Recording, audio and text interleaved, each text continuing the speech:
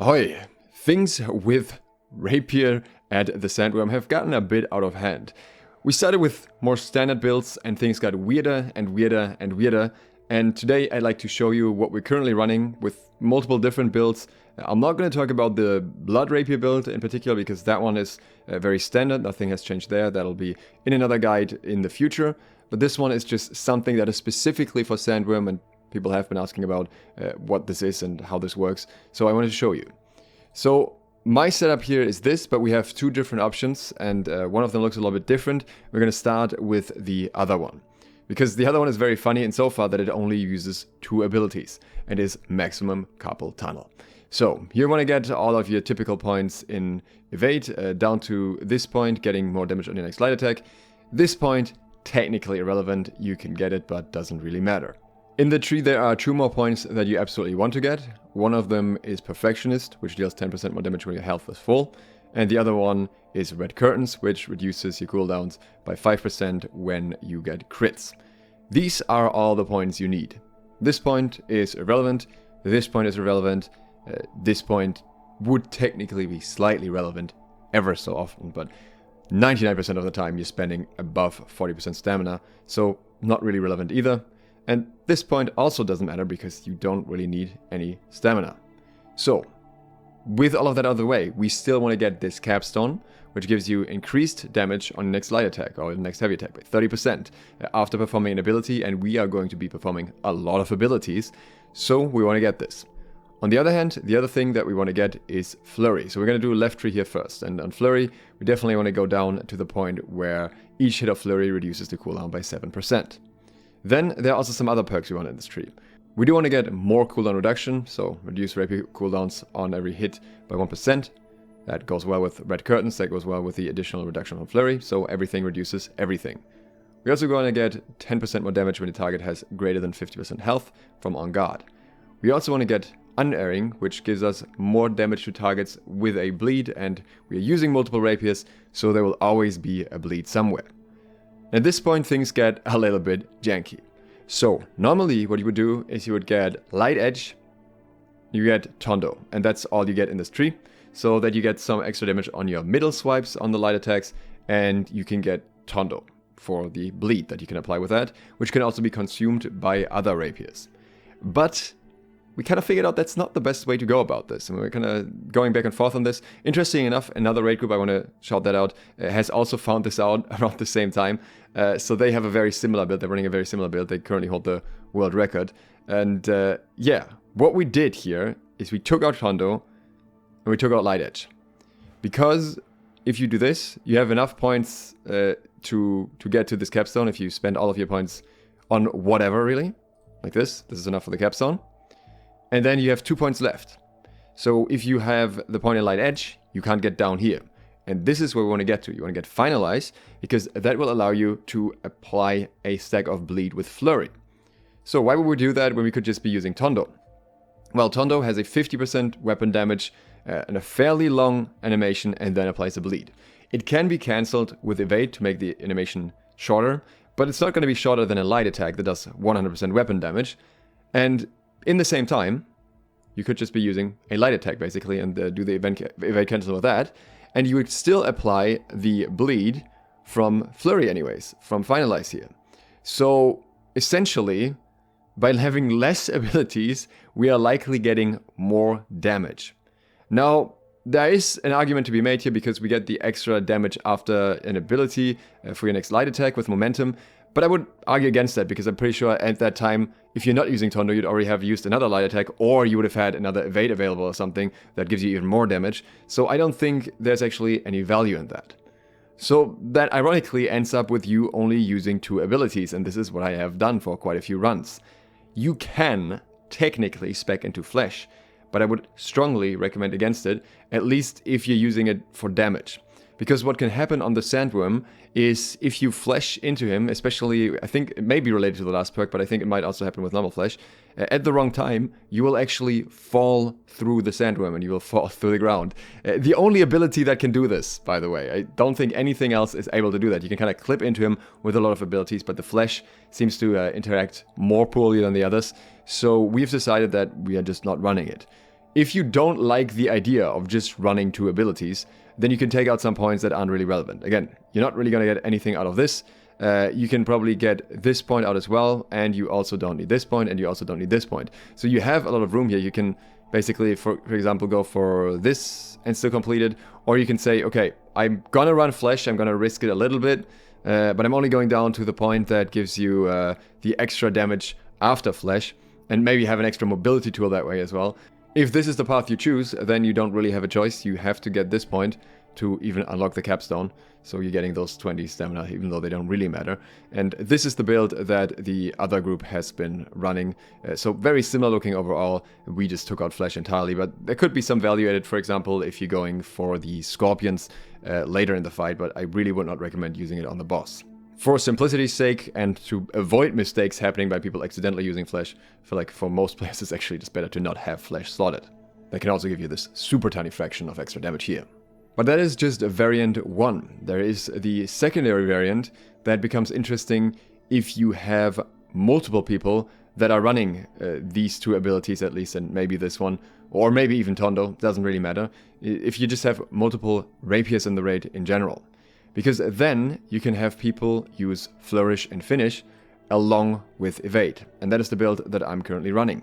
So what happens here is that instead of just focusing on spamming Evade and Flurry, you will now do Flourish and Finish whenever it's off cooldown. So basically the rotation is pretty much Evade into Light Attack, into Flurry, then maybe 1 or 2 Light Attacks to get Evade cooldown off again, and then Evade into Light Attack, into Flourish and Finish.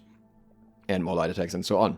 What this does, it is consumes the bleeds from all other rapiers in the raid. So if we're running, say, 4 rapiers, one of them is running a full rapier, or we're running 5 right now actually, and then everyone else is running the 2 ability build or the 2 ability build plus Fleche, and one other player is running Flourish and Finish, then you will very consistently be consuming 3 bleeds of other players. You could maybe even argue that you would want to put in another one of those, but you don't want to put too many because you don't want to have too many rapier users lose momentum for the extra damage on light attacks. Generally very interesting because when you're using this build, if you're using the Bloody End here, you will not see the damage pop up as if it was your own bleeds. So normally if you are stacking the bleeds, you see the 3 damage pop-ups. When you are using this build, then your bleeds will often get overwritten by other players, and they will then have their bleeds consumed, and the damage will show up for them instead. So it's incredibly hard to determine if you've actually popped 3 bleeds at any given moment, but odds are you probably have if you have enough rapiers in your group, because one of them is going to have used Flurry recently here and there. So yeah, we figured that at least 2 should be useful, maybe even more. Now my gear is not quite optimal for this yet, but it would fall under good enough in my opinion. So my hat is actually a int piece because you need to get to 210 int, so you need some int in your gear somewhere, and you want to have 300 dex, you want to have the 300 dex perk. And I have Leeching Flurry. You could go Refreshing here, but I like Leeching Flurry because my cooldowns are stupid short already anyways, and I think the safety of Leeching Flurry allows me to DPS better. I just never have to worry about avoiding any mechanics or anything. I can grit through things, I just heal back up from Leeching Flurry. So I think having this 1 point here is a little bit better than Refreshing. Keen Tondo is a must-have for everyone in the raid because the crit chance applies for everyone. Apparently, according to XR, even the bleed from Flurry itself will apply here, and not necessarily just the bleed from Tondo. So even if you have just Flurries, you would technically be able to proc this. So this should be very good either way.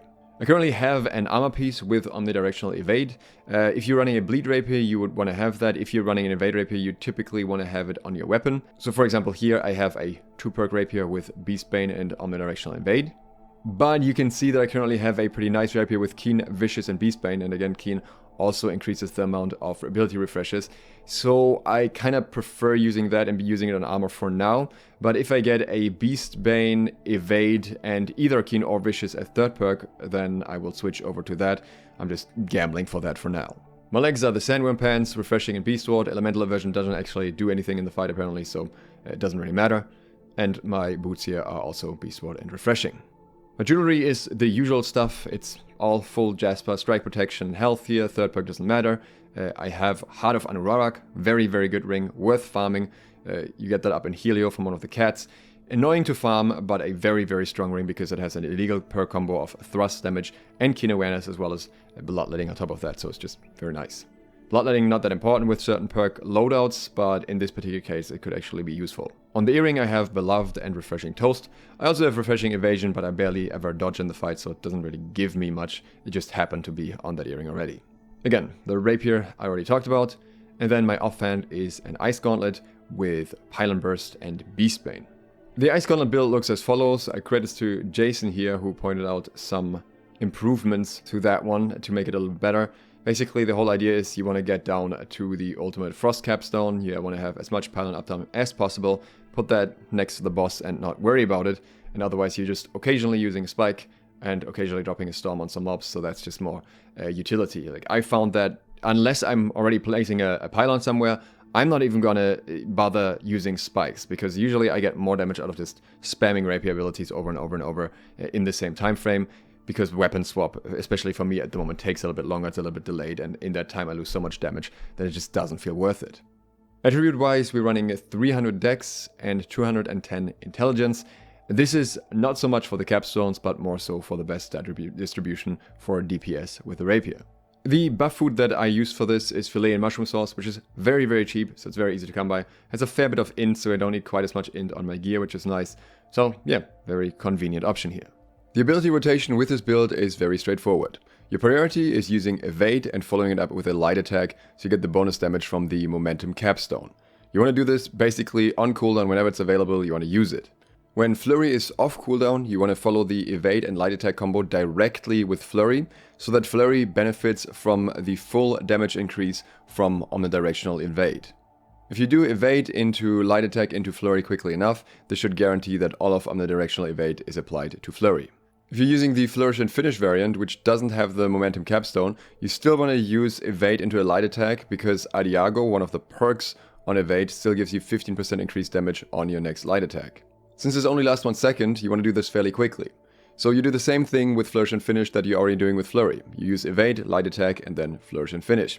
Any downtime in between cooldowns you just fill with Light Attacks, because that reduces the cooldown of Evade drastically, and then whenever it's available you throw out Evade and a Light Attack. So usually your rotation is something like Evade, Light Attack, Flurry, Light Attack, Evade, Light Attack, Flourish and Finish, Light Attack, Evade, Light Attack, Evade, Light Attack, Flurry, and so on and so on.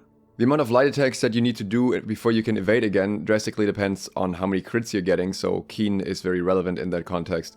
So yeah, you need to figure out for yourself how often you need to do light attacks, but it's basically just spam abilities whenever they're available anyways. In that regard, to avoid long-term stress injuries in your tendons, I would recommend what I think was originally Benedict G's idea, which is binding your evade to a side mouse button. So for me it's like my front mouse button, my mouse 5 button. So I press my thumb and I press my index finger immediately afterwards. Side mouse button, normal light attack, and I spam that over and over, and I will reliably get the evade whenever it's available, and it doesn't feel as bad as having to spam it on my keyboard. Assuming you're not one of the people in your raid running a Blood Rapier, then I would say this is likely some of the highest DPS that you can have on Sandworm.